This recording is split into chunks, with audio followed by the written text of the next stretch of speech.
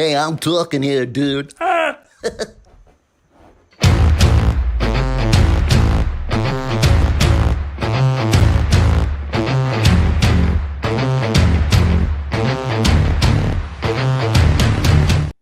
every person. Steve Rizzo here, and you are watching Hey, I'm Talking Here. We have a wonderful show for you today. We have the wonderful Brian Proctor will be here, and he's going to be talking about his new book and his mission and life. And if you don't know who Brian Proctor is, you will soon. We will be talking about him just a little bit more when I bring up Debbie and Bruce. But for some of you who are new to the show, this is a show about empowerment. It's a show that will not only take you to a better place in your business, but in life. And in my view, that's the ultimate success. And right now, I would like to bring, by the way, this show is brought to you by Conversations with Bob. As so many of you know, this is a book I wrote not too long ago. And if you'd like to purchase and buy a copy, you can at Amazon. You just go to Amazon.com and order a copy, or you can purchase it from, I think, PayPal too right now. So that's up to you. If you do purchase it, just leave a review on Amazon. Would appreciate that. And right now, I want to bring up my guests. I want to bring up my co-hosts. I want to bring up Debbie. Where are you? There she is. I only see part of her. Hello, I'm behind Bob. There you go. That's pretty funny. Hello to all. Just as long as you're not in front of them, that's the most important thing. That's right. And how you doing? I'm really great. I am super excited about this show. Having Brian Proctor on this show is just going to be, it's a benefit to everyone who happens upon it and those who have planned to watch it. Stick around. He'll be up soon. Well, you had him on your show, right? I did. And I was obsessed with his book. And I have it right here. And I just want you to know that it is like you could study it. It's incredible. And I just love the fact that it's called My Father Knew the Secret, Growing Up Bob Proctor. And this is Conversations with Bob. So what, Bob, we talking about tonight? Yeah. I don't know. And for you folks that don't know, Bob Proctor was, he was one of the main reasons why, and he's one of the authors of the book, The Secret. And he's one of the main contributors of that book. And I think everyone knows about that book. It sold millions throughout the entire planet. And Brian's father, Bob, was one of those people who worked diligently to get that message out, that people are the creators of their own success and happiness. What you think is what you get. What you say out loud is what you ask for. That whole philosophy. And you folks have been hearing Debbie and I talking about this for years on this show. And but Brian's going to bring a different twist to it. We're really happy to have him on the show. But just to make Bruce feel wanted, and I forgot to introduce him, let's introduce my director, my producer of the show. Bruce, why don't you come on here for a minute? The great Oz from behind the curtain, making all the magic happen, is here. Pay no attention to the man behind the curtain. Yeah, I was having some trouble with my dial-up, so that's. Oh, okay. Yeah, there we go. I said that just throws me back into the early 90s. You know what that sounds like? That sounds like the late 50s sci-fi movie. When you saw those fake flying saucers flying close to Earth, and that's the noise that they made with those stupid little. Oh, that's funny. Oh, no, yeah, that's I don't know anything about that. You don't remember that, Debbie? You're not that old, okay? Well, I don't remember that. I don't. I remember back in the day when you used to have these flying saucers. Yeah. The other day, someone tried to send me a fax to my cell phone. Oh, really? Yeah, they're trying to fax my cell phone, so but it didn't pick up. Well, shocker there. Yeah. Well, I'm sorry. Oh, I'm so excited, you guys. We need to bring Brian on. Brian who? Yeah, who's our guest? Who's that? Why don't you introduce him? Okay. You want to be inspired? You want to start right today to change your life for the better? Hang tight, because we have the man, Brian Proctor, to come talk about his book right now. Yay! And I will leave you to, because I'm taking up all this screen space. But Thanks, as you're leaving, know that you are well loved. Yep, you are. Yeah. last but not least. Yeah. Brian. Well, hello there, everybody. Hello. Thank you for being on the show. I'm so glad you made it. I jumped on that opportunity immediately when I saw you on Ken Wall's Academy, and you mesmerized everyone with your wisdom. And I said, I got to get this guy on the show. And Debbie said the same thing. She had her on your show, on our show, and we're glad you're here. We're glad you're here. Thanks, Steve. It's great to be here. I'd like to ask you. I know your father was your inspiration, but what was it about you that you realized that you can take and to be yourself and go in the direction with the message that you want to give? Mm. Oh, that's a great question. You know, that's the first time I've ever been asked that question, Steve. That's good. There you go. Good job, Stevie. You know, I know I'm a lucky man. You know, I was born, I had Bob Proctor as a father. He was an incredible father. What was special was that he wasn't just a dad. He was also my best friend. And really, quite frankly, he was a business partner. We worked together for a good 30 years. And, you know, I was always running kind of the marketing machine and the marketing stuff behind the scenes for my father. And when he passed away, I had already started writing this book. And so I really put it into gear after he was gone. And my whole mission is to really kind of show what my father was like, what he was about, aside from just the speaker. You know, everybody sees Bob Proctor as the speaker, or they see him on YouTube or, you know, on stage somewhere. I thought I could bring a really interesting spin to who Bob Proctor was as a father, as a business partner, and as a friend. And the whole purpose of the book was really to share stories of times that I had growing up with him and things that he taught me over, you know, the 60 years that I spent with him, and how I actually applied the material into my life to be a success in what I do. You know, I live a really great life, and it's because of everything I learned from my father. So my mission now is really to just kind of let people know what those little secrets are, what those nuggets are, what, you know, what he taught his son. I think that's kind of, you know, I think people have been interested in it. The response I've gotten has been tremendous. Well, when your father passed away, did that feeling of you wanting to write the book gradually come to you? Did it hit you? Was it there before he passed away? Yeah, you know what, Steve? I actually started writing the book about 2 years before he passed away. So he knew I was writing the book. When I first started to think about writing a book, I talked to my wife and I said to her, I said, you know, one thing Dad always said in the seminars is everybody's got a book in them. You just have to find what it is. And I said, I feel like I need to write something. You know, I think I have value that I can deliver to the world. And I said, I'm just not quite sure what that is. And Corey looked at me and she says, Brian, she says, at the seminars, every seminar you're at, people come up to you. What's it like having Bob Proctor as a father? Why don't you write what it's like having Bob Proctor as a father? Share the stories that you learned from him, the things that he taught you. And I was like, wow, of course. So I actually started writing it about 2 years before he passed. And he knew I was writing it. We actually shared a lot of great conversations around it. Dad and I we're early morning people. We would get on the phone at 5 a.m.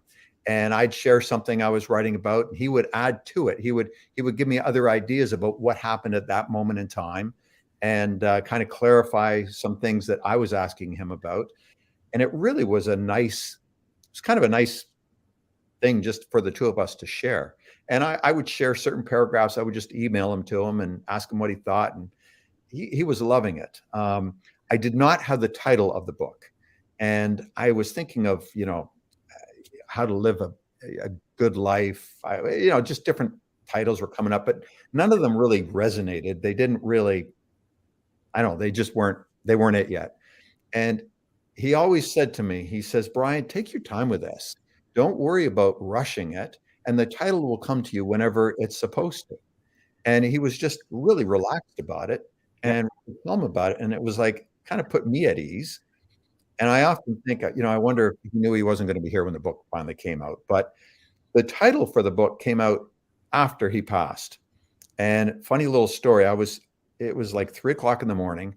I was having a vivid dream about my father. I woke up and the title was in my head. My father knew the secret. And I actually got up and wrote it down because, 3 in the morning, sometimes you can forget these things. And I got up and wrote it down because I thought, oh my God, how perfect is that title? My father was a legend in the personal development field. And not everybody knows who he is. Well, yeah, but it's, not everybody knew who he was. But he started in the 1960s and 1970s when personal development was not a household thing. Yeah. And it was a struggle to get your message out back in those days. And he worked it. He worked like crazy. And he did not become, I think, worldwide known until after The Secret came out, the movie and the book. And, he was 72 years old when that came out. So he had worked most of his life. And once that movie and the book came out, he was on, all of a sudden he's on Larry King Live, he's on Ellen DeGeneres, he's on lots of shows. And everybody started to see who Bob Proctor was. Yeah. I thought, that my father knew the secret. It just tied in really nicely.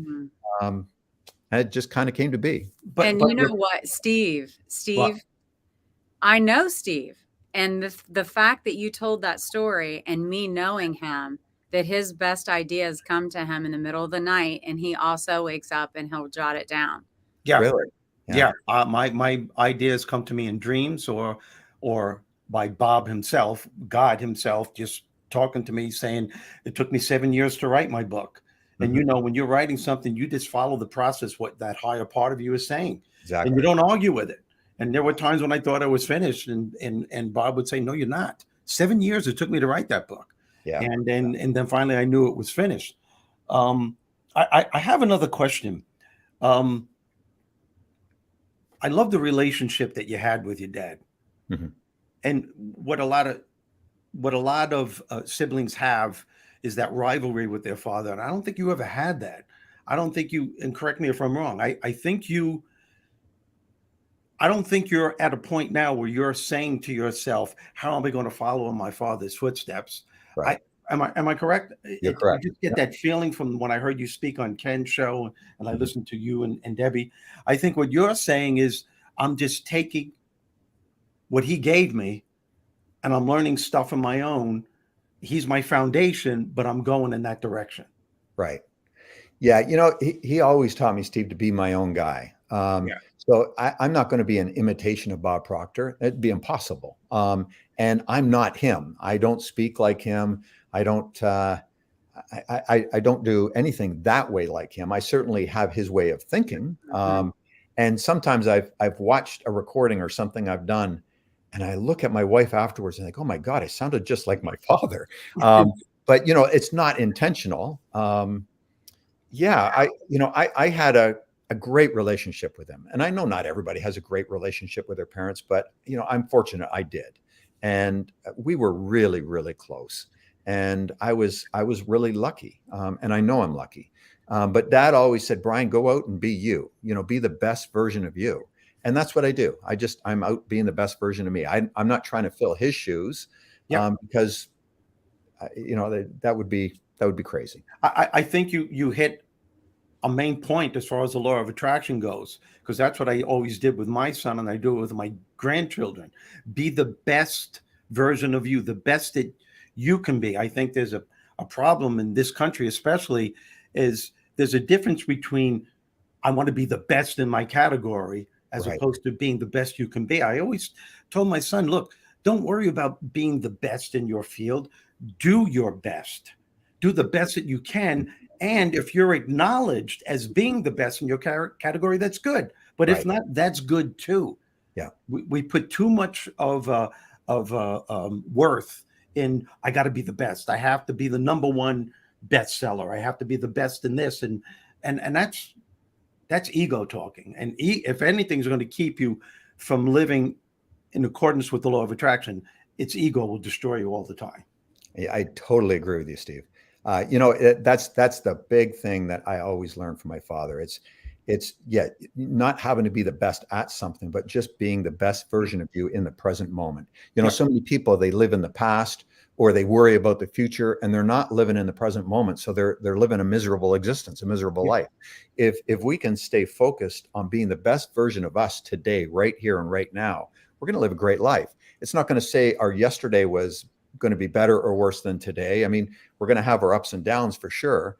But if we can consciously be the best version of us right now in the present moment, worry, anxiety, all that stuff will go away because you will be doing whatever you can in the present moment and you're going to live a great life. And what's amazing with this, with your philosophy and with your book, it's common sense stuff. Yeah.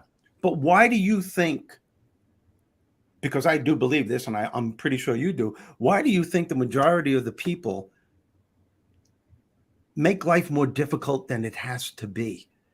They take challenges, and there are those who look at life's challenges and they immediately look at them as opportunities for growth. They know there's something within them that can meet that challenge head on. And then there are those, they're confronted with something and they blow it out of proportion. They make it worse than what it has to be because of this, this persistent negative chatter, this woe is me story that they're taking from past experiences into the present moment. What do you think is the main cause of that? And how do you get people to realize? Because it's hard. I guess what I'm saying, I give workshops sometimes and I'll tell someone, this is how it's done. And they always say, well, it's easier said than done. And I'm like, well, yeah, anything in life is easier said than done, but that doesn't mean it can't be done. And I think it's because they don't know that they had alternatives on how to deal with stuff. And that's what your book is all about. Yeah, it really, you know, I think we tend to overcomplicate things. And, you know, if we can just get down to the basics and keep life a little more simple, yes, I'm not going to give you a Pollyanna world. Of course, we have hurdles. We're going to have roadblocks. We're going to have things that happen to us that throw us off track, that will make us see that, God, how am I ever going to reach that goal? If I've got this going on right now. I think the key is if you are present and you're doing the best you can right now, you'll get past those roadblocks. You might not know how in the present moment, but if you keep doing the little things, those little things over time add up. And, you know, most people, they overcomplicate things. Something comes up in their way and they just, like you said, they blow it out of proportion. You know, we all know people in our life that dramatize even little things and they make a big deal out of nothing.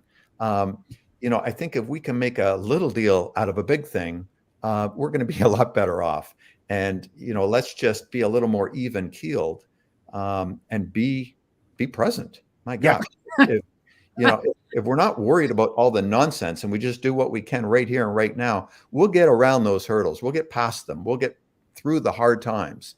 You know, my father had a great saying, and I loved it when he said this on stage. He said, we cannot change the time we got out of bed this morning.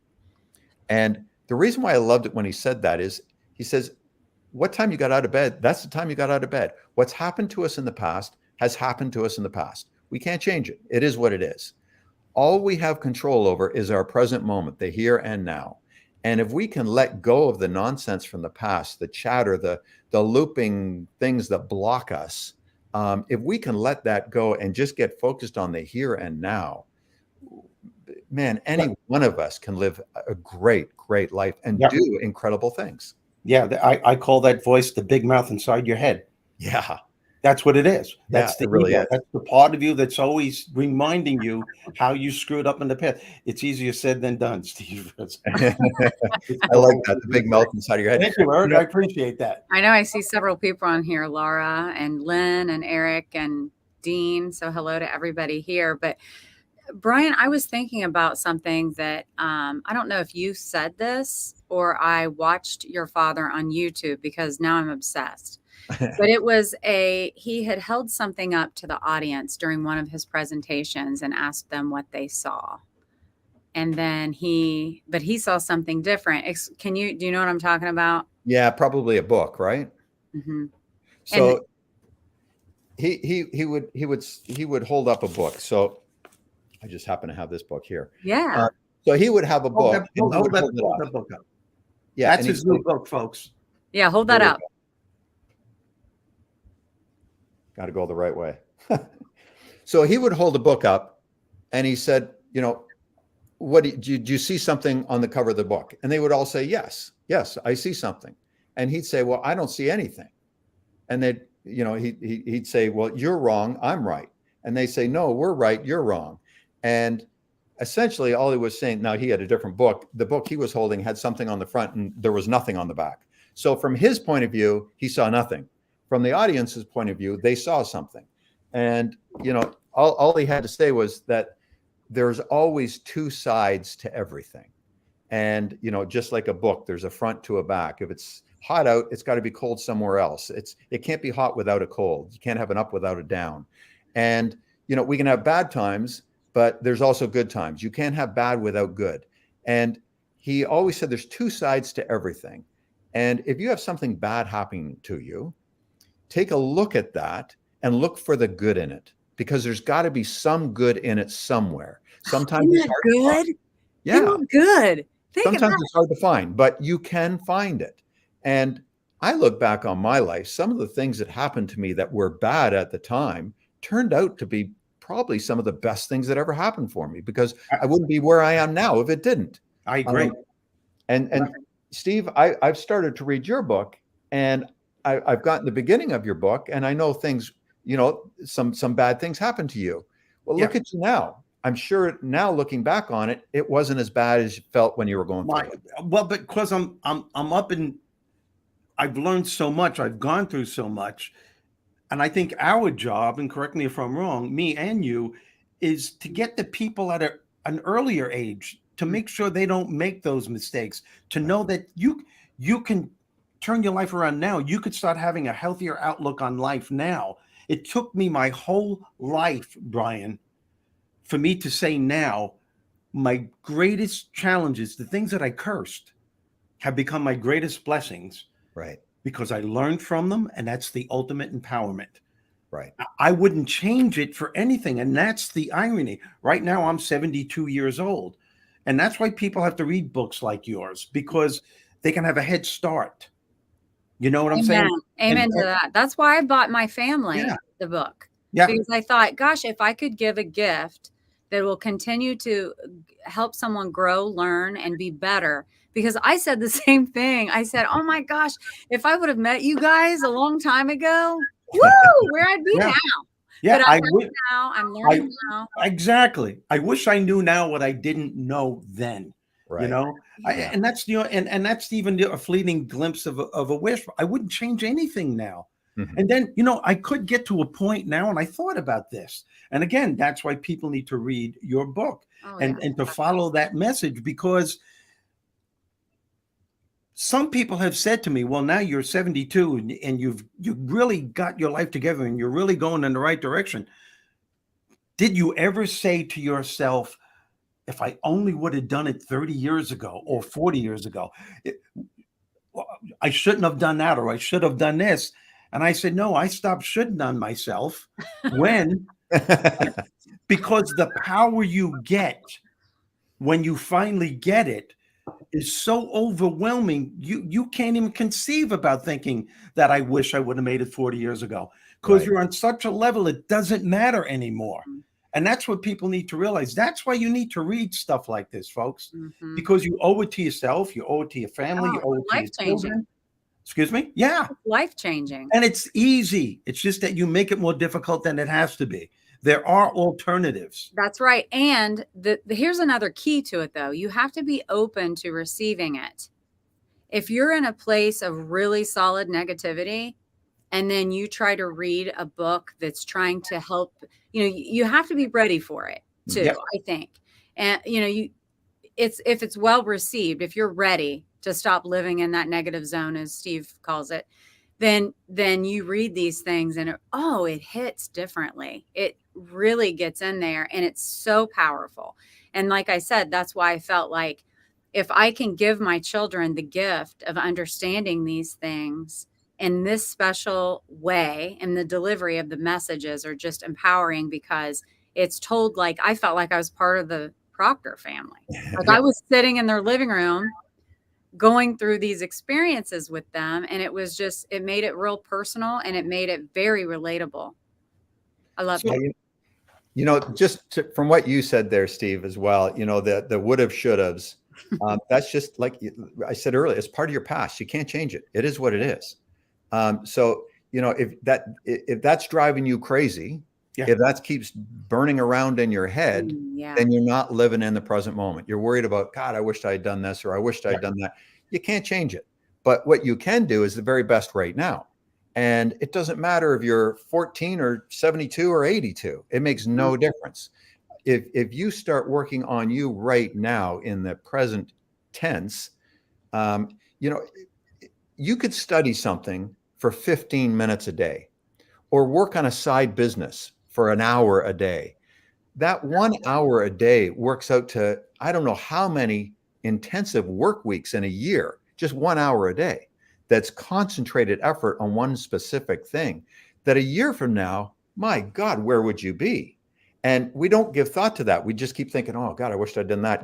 I always say, would you be friends with yourself if you talk to you the way you talk to yourself? Would you be friends with somebody that talked to you the way you talk to yourself? And you need to start, thinking, what are you saying to yourself? Is it positive or is it negative? And if it's negative, kick that out and start talking positive and just start getting on with it, because nothing's going to change until you do. Nobody else is going to change you. Your circumstances aren't going to change until your thinking changes. Yep. That's what Einstein said. Nothing changes unless something moves. Yeah. Laurie. And I tell people, you got to get up off your ass and move. Hi, Laurie. Laurie says, Steve, you came into my life for a reason. Now I have Debbie and Bruce, and now Brian. Thank you. There you Laurie, go. Thanks, Laurie. being here. Thank you, Laurie. That was very kind of you. So nice. You're very kind of you. I'm really interested. There's another story that I was thinking about about the car, and then also about you on the lake or whatever when the seal. Oh yeah. Yep. Oh my gosh. I don't know. This book is so good. I mean, and we could talk all night, not really cover everything that's in it, but I think that, explain to us what law of attraction means in your words, and a story that agrees with law of attraction. Sure. Well, law of attraction, that's what the movie and the book, The Secret, was really based on. It's really whatever we think about, what we give energy to, we bring into our life. Now, the only thing that The Secret didn't cover was that you've actually got to take action to bring it into your life as well. Yep. You just do. If I see too many people that are dreaming about what they want, but they don't get out and do anything towards it. And they're thinking, why isn't it working for me? It's not working for you because you're not out taking action on it. Well, I'll give you a great law of attraction story. I'm big on vision boards. I like a vision board. I put things on the vision board, things I'd like to have in my life. It's not necessarily my number one goal, although my number one goal is on there, but there's all kinds of other things on the board, just things I'd like in my life.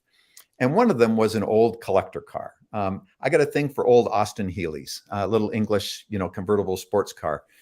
And I'd seen a few in car shows. I loved the way they looked, sounded. I just thought they were kind of a cool car. Well, several years ago, my father was being honored at Carnegie Hall in New York City. And I thought, man, this is my opportunity. I'm going to go there a couple of days early. There was a website that I'd followed, Cooper Classic Cars. They're based in Greenwich Village in New York. And I got in a couple of days early. I checked in the hotel. The next morning I got up and I walked 6 miles. I like to walk. So I thought, I'm just going to walk all the way down to this car place. I get there and the lights are off. The doors are closed. And I'm like, wow, it's the middle of the day. It should be open. And, I could have easily have just turned around and left, but I didn't. There was an intercom button. So I pressed the intercom button and fortunately somebody answered. There's this young guy, Kyle. And he says, well, we're not open to the public. It's by appointment only. And so I said to him, I said, I'm only in town for a couple of days. I followed your website. I'd be really interested in seeing what you have. So he said, okay, I'll make an exception. He came down, turned on the lights, opened the door, and I walk in and there's beautiful Porsches, Ferraris, Jaguars. Well, up against the wall was this 1962 Austin Healey. And it was exactly the one that was on my vision board. Same color, everything. it was unbelievable. And I'd never sat in one before. So, there was my opportunity. I could sit in it. I sat in it, and it just felt really cool. It was concourse conditions. So it's like as good as the day it rolled off the line. Absolutely beautiful car, but it was a lot of money. He told me how much it was, and I was like, oh, that's the last thing I want to spend right now. I was about to renovate a house, and it's like, it was a lot of money. So I said to him, I kind of kept a poker face, and I said, well, let me think about it and I'll get back to you. I took a bunch of pictures and I left the place. Well, at the time, I was about to turn 55. And as you see, you see 55 behind me, 55, for whatever reason, has just been, I just love the number. No particular reason. I like the way it sounds, 55. It looks cool. It's always been my favorite number. When I was a young kid, I had 55 in all my jerseys.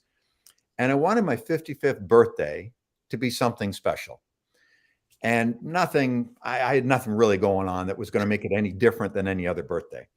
Well, I'm walking back to the hotel, and I did the one thing I knew if I did, it would push me across the line. I sent pictures of the car to my father, and I called him and I said, God, I saw this car, Dad, and he says, well, why don't you go around and buy it? And I said, no, it's not really the time for me to do it right now.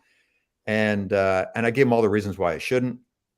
Well, then I said to him, I said, I was thinking maybe I buy this car as a present to myself for my 55th birthday.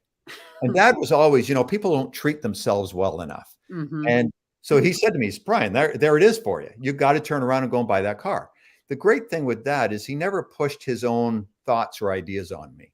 He would have never bought a car like that. He wasn't into collector cars. He could have just as easily said, well, why the hell would you want something like that? That's kind of stupid. You're not even going to drive it very often. Mm-hmm. But he didn't do that. He knew it's something I wanted. So he supported me on it. And he said, you should go back and buy that. And he says, even if it's a struggle right now, it's a lesson that you'll learn by stepping out and doing it.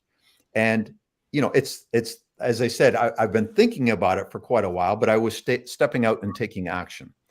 So I went back, I negotiated the deal, and feeling a little uncomfortable about the whole thing. And I'm walking back to the hotel. So I called the guy as I'm walking back to the hotel, and I said, hey, Kyle, can you email me the British Heritage certificate on the car? Because there was all kinds of paperwork with it.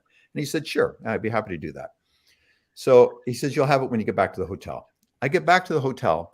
So I was born, the car was a 1962 Austin Healey 3000. And I was born December 8th, 1961. Well, I get to the hotel, I open this thing up, I look at the heritage certificate on the car.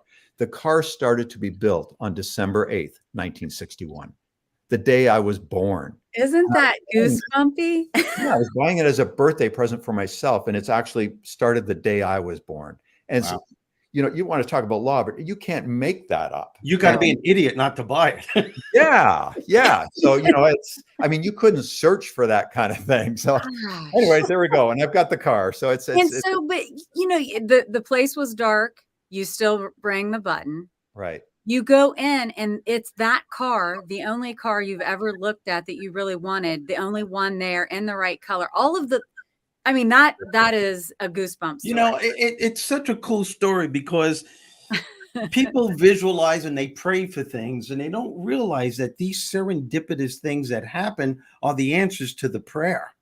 And sometimes I think when we pass on and we meet our maker and we're saying, I prayed and you didn't answer my prayer, that higher power, God's going to smack you in the back of the head and said, these are the dozen times I answered your prayer, but you were in such a negative state, right. You couldn't see that it was right in front of you. Exactly.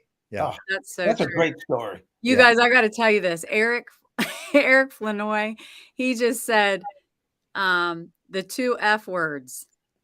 55. That's pretty funny. 55. Oh, that's awesome. He's he's hilarious. He's really, that story is incredible. It's so true though. We give thought to things, we ask for things, we want things, but we're not willing to step out and take action. And you got to step out and take action. If you want the good life, you've got to do something about it. Yeah. And sometimes imperfect action is better than no action at all. You just got to step out and do something. Oh, And that's Yeah, so sometimes true. and even when you make that mistake, even if it's a mistake, it's only a do-over. It doesn't mean it still can't happen. It just means you exactly, have to go in another direction. Well, that's that right. didn't work. What do I have to do now? Yeah, It's I know you've heard this story, but it's just like Thomas Edison, 909,999 tries to create the light bulb. Everyone kept saying, "You're failing. You're failing." He goes, "No, I didn't fail. I just learned 9,999 ways how not to create a light bulb. I'll that's get right. there." You know Yeah, what I mean? It's yeah, persistence. It's a rock solid, impeccable. It's a powerful belief that no one can falter if you know that it's so. that's And it. that's how the law of attraction works. Yeah, You And have the to feel action it and part, know it. Yeah. the what, Brian, it's such the lost. It's the lost part where everyone's praying for something or trying to manifest something and then not getting it and thinking, but they don't do anything to get it. I mean, that really is. And like Steve said at the very beginning of the show, it sounds so simple, these things that we're discussing, but clearly we'd make it difficult because if you really want something, of course we got to put action behind it. And something else I was thinking about as you were talking, thinking about your father, all the work he did for all of those years to get this message out. hmm And at 72 he really blew up because of the movie and the book The Secret. And now, Brian, you're able to take all those years that people weren't necessarily getting that message and continue to share that secret. And so, all those years prior, your dad didn't look at it as it was not worth anything because he wasn't super successful and the world didn't know his name until he was 72. But look now that what you're doing to continue his legacy and the secret, like it's amazing. It is amazing what you're doing. I Well, love it. it's yeah. Thanks, Debbie. I've really enjoyed it. And I always look a book. A book is not an expensive item, and I put everything in this book that you really need to know to Yeah. be a success in your life. I didn't hide anything. I don't have a back end coaching program that I'm trying to sell somebody into. Nothing. I put Yeah. everything in this book because I really want the masses to be able to get it. My father had a great message, and I've distilled it in an easy to read conversational tone, really. Mhm. And I've put it in such a way that I will also in the book show you how to apply the lessons in your own life so that you can make the message work for you. It's Wow. really I've made it as easy as possible in It the book. is, and I was saying that, when you were on my show, the fact that you have the way it's written, Steve, it's crazy because it also aligns with conversations with Bob, where at the end it has like almost like your cliff notes, Mhm. Yeah. and then it's a notes section. Yeah. So My you high can points to remember. Right. and it's like a training. It's like this isn't a book like that. I will keep this copy for myself because I'm going to be writing in it. I'm going to be doing the lessons and growing and getting better. It's really cool. But the other thing I was wanting to talk about, or I want Brian to talk about, is the coin Mhm. that your father, and do you have it near you? I do.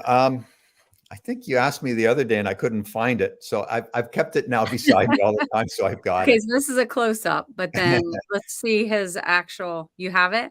There you go. I've got Yay! it. So this is something that he gave out at all the seminars, and it's a react respond coin. And he said, when things happen to us in life, we either react or respond. And react is usually a punch back without giving any thought. It's usually a um, Mhm. negative thing. When we respond, we give thought to it and we respond, in a way that is just smooth and easy. So we had the coin made up that respond and you're in control, react and you lose control. So the react side of the coin is rough because that's the rough side of life. When we react, bad Mhm. things can happen. When we respond, you're in control. It's smooth. It's the smooth side. So even when it's in your pocket, you don't even have to look at it. You can just tell by feeling it. Yeah. And Mhm. and he always said that, when things happen to us, things happen to all of us every day, good and bad. And when something bad happens to us, we need to take a step back and respond. That we give thought to what's happened and what am I going to do now? rather than react, say, oh, why me, you know, or somebody says something to you, snap back at them. It's a way of living is really what that coin is all about. And it's a way of living with control and with ease. If we live a life of response, we typically have a smoother, easier life. If we live a life of reaction, there's always going to be aggravating things happening for us. And that's what that's all about. You know, that's pretty cool because if people could adhere to that. Yeah. Laurie, what happens is that when they're confronted with something, they'll get to a point where it has actually become a part of who they are. Mm-hmm. And it could be in any life situation. You're having a disagreement with your husband or your wife or with your children.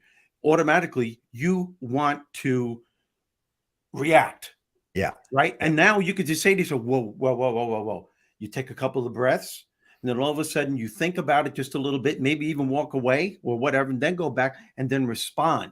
Right. So when you do that over and over again, the respond part becomes the habit. Yeah. Instead of the reaction part. And before you know it, life becomes a lot easier because you start living your life from that aspect, from every point, anything that ever happens to you, even a job interview. Yeah, you know, it takes life from being. So that's the simplicity of what it is that you do, the simplicity of the book. And that's what we meant when we said earlier, we make life more difficult than what it has to be, primarily because we react, and that reaction comes from past experiences. Yeah.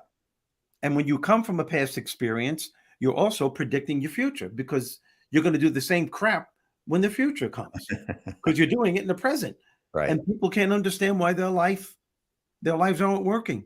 Well, I had asked, do you remember this, Steve? So in Grow Live Academy, I was just like, and you know, you seem like a calm person, Brian. I mean, you do. You're very, like, I listen to you talk and I get really relaxed.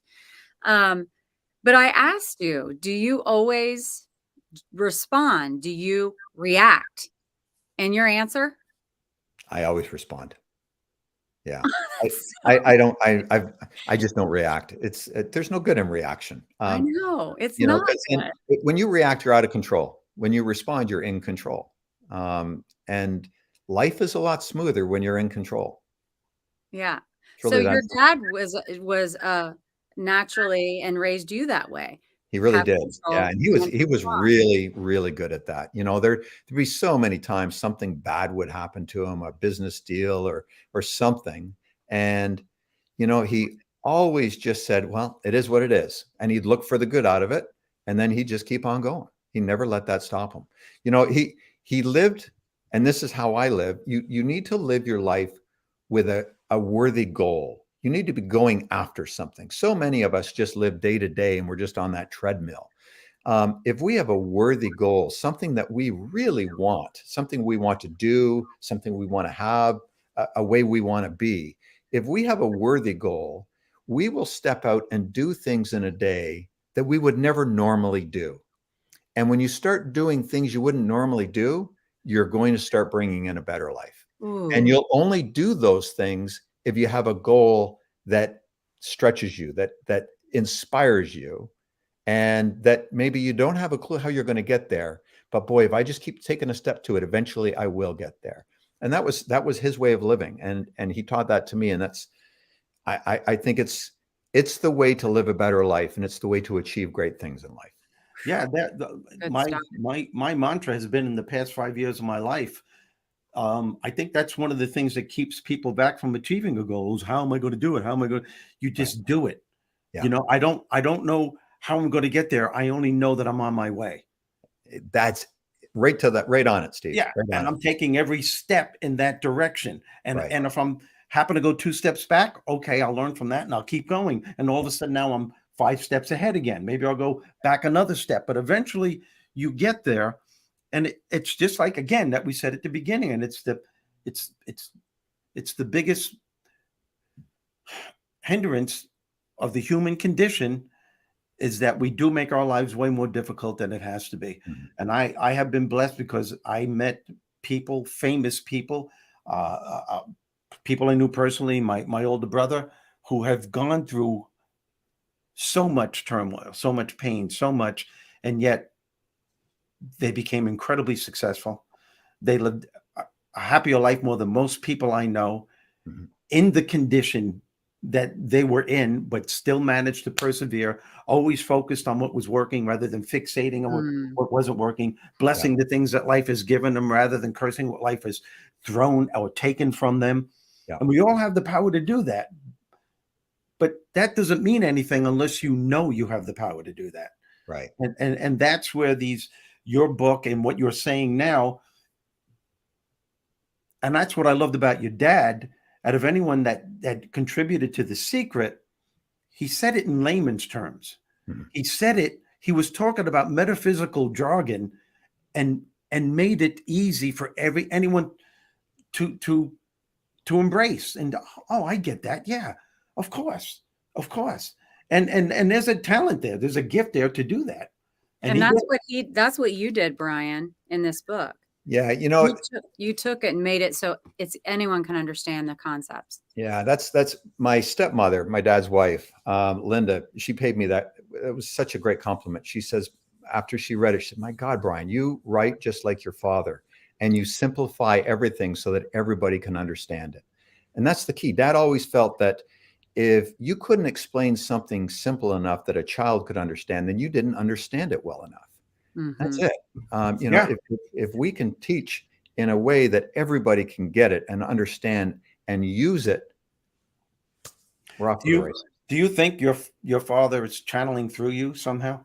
Sometimes I do. I definitely do. Yeah. Well, sometimes he thinks. I mean, honestly, he titled the book. He wrote that in his dad. No, I mean to the point where you actually start talking to him, and I don't mean that as a joke.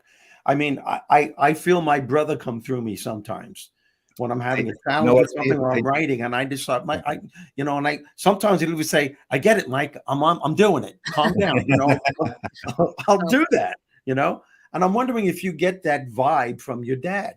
I do, Steve. One of the things, I was fortunate. His last 6 months of life, I spent most of it up in Toronto with him, just helping he and his wife and just being there with Dad. And his last couple of days, I would sit in the hospital with him. We just held hands for hours and hours. And he drove home. He says, "Brian, when I'm gone, keep talking to me. Keep talking to me. Talk to me every day. And you'll hear me. You'll hear me in your intuition. You'll hear me in that inner voice." And I do. I talk to him every day. And that intuition, I just take, whether it is or isn't, it doesn't really matter. But I feel it is. I feel his voice speaking to me. Yeah. And it's a nice thing. It's a great thing. And it's real. No one could ever say no. I believe that too. Yeah, and it's real. And I like the fact that you said you spent that time with him the last 6 months. One of the biggest blessings of the pandemic for me is that all my bookings were canceled. I was traveling a lot, but I got to spend the last couple of years, especially the last year, with my brother. I mean, really communicating. He only lives 5-7 minutes from where I live. And there were times when we watched TV together until, he was getting tired, and we would hold hands sometimes and we'd laugh our butts off. And it was the biggest blessing. And even when he passed on, I even said it in the eulogy that I'm never going to say goodbye to him, because the spirit that constitutes who Michael John Rizzo really is will always be in me. And I didn't know it would be that intense. I didn't know he'd be arguing with me as I'm writing, Or, I know it's pretty funny though. But I have a question. Was your I don't know, your biological mother, was she? I'm back to the coin, guys. Responsive.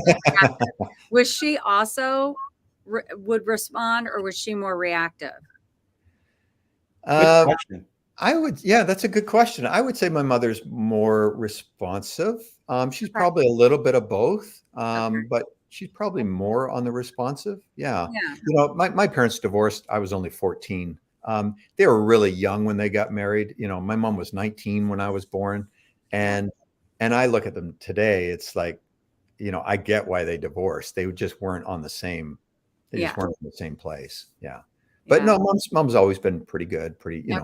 Wouldn't that have been funny if he was always like calm and she's like, Yeah, no, she's not like that. She's very calm. She's pretty even keeled. Well, Yeah. then you had it double whammo. I mean, there's no chance of you being you were but writing. I mean, too, what you've learned and how you've been raised, but also the principles that you use that you've been raised with help you be. And that's great, because all of us can be more responsive instead of reactive with the tools that are in the book. So that's amazing.